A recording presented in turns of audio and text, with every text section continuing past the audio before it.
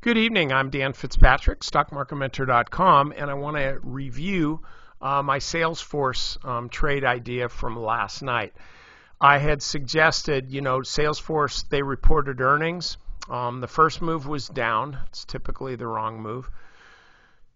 And then the stock traded up after hours, and this 137.90 level was where the stock had peaked last night when I was doing the video. So my line of demarcation was, if the stock's above 137.90, then kind of all systems go and it's a gap and run.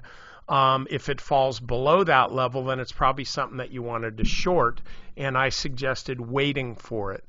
And so that was my take on this as the stock was trading after hours yesterday. So let's look and see what actually happened today. So a lot of, I don't know how many, but several, we'll say, traders in the forum made some good money on this. And so this is how that worked out. I'm showing you this because we got actually two trades here.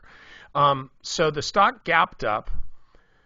It kind of frittered around here for a bit, but generally speaking, it was a pretty good short right away. I think I shorted it around 137-ish. Not the best entry, maybe 137.50. But, I got off a decent short and then added to it a little bit more. But the point is, when I'm just talking about this trade, not how wonderful my particular trade was. Some are, some aren't. But you get this big gap up, and then what you're looking for is evidence that there's enough buying interest to take this stock higher. And if that's the case, you're saying, well, I'm not going to short that stock. But when you don't see it, then you say, I get it. Traders are selling into this strength. Been a lot of folks holding this stock, and they're taking advantage of this 10% move or whatever it was. So they're selling, you're shorting. Now, once you've shorted and the stock starts moving in this direction, guess what you're doing now? You're looking at the clock. You're doing a 59-minute trade. That's just the phrase that I coined for like the trading in the, in the morning. The big moves I'll put it a different way. The big moves in stocks are generally over before the first hour of trading is done.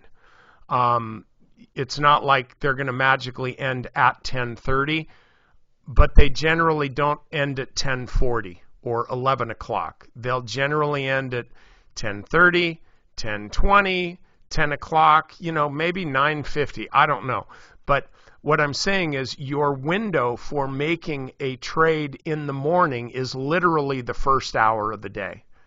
So you're welcome to back test it.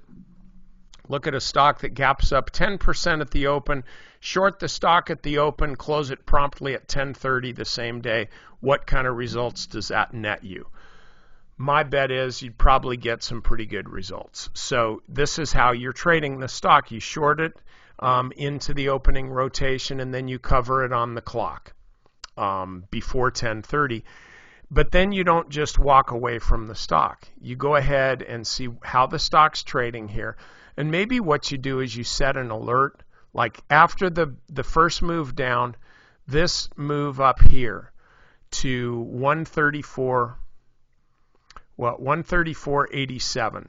So maybe you set a price alert at 135. And then you get on with your day. And then lo and behold, the noontime hour comes and your price alert is hit at 135, and you say, wow, okay, all the selling's done. The stock didn't go down to fill the gap. In fact, it's squeezed. Now I'm going to go ahead and take this trade to the upside. So you're long the stock, and once you're long the stock, you literally don't have a reason to get out. So you've shorted at the open, you've covered, you've gone on with your day, you're back in when your price alert is hit, telling you that the morning selling has run its course and now the buyers have the stock.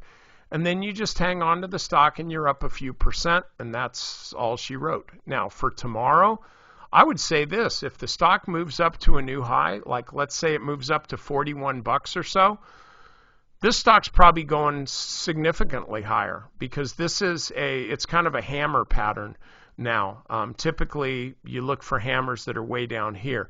This is kind of a continuation pattern.